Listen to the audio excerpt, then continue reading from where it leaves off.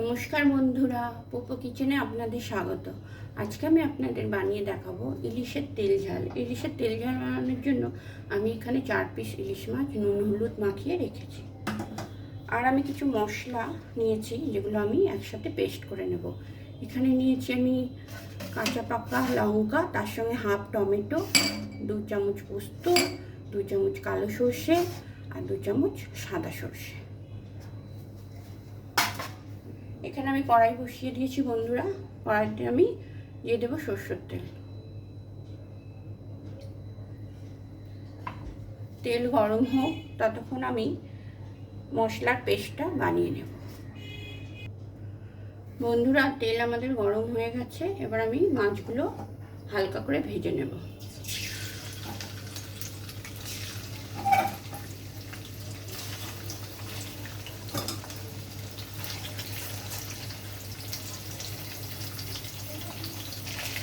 বন্ধুরা, মাছ আমাদের হালকা করে ভাজা হয়ে গেছে। এবার আমি এগুলোকে তুলে নেব।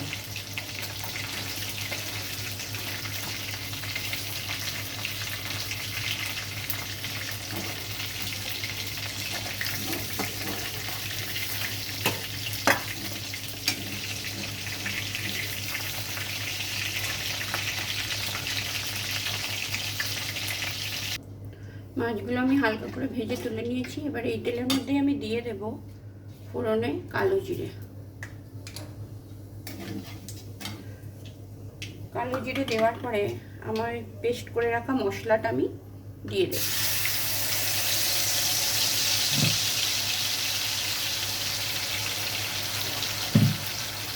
বন্ধুরা, পেস্ট করে রাখা মশলাটা আমি দিয়ে দিচ্ছি।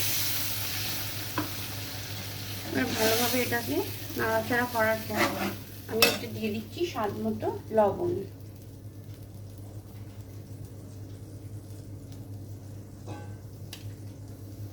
এবার আমি দিয়ে দিচ্ছি হলুদ গুঁড়ো। কিছুক্ষণ এটাকে ফুটতে দেব। গ্রেভিটা ভালোভাবে ফুটে গেছে। এবার আমি এতে মাছগুলো দিয়ে দেব। মাছগুলো দিয়ে ভালো করে নাড়াচাড়া করে 1 মিনিট রেখে নামিয়ে। বন্ধুরা, 1 মিনিট হয়ে গেছে। এবার আমি এটাকে নামিয়ে নেব। বন্ধুরা, রেডি আমাদের ইলিশের তেল ঝাল।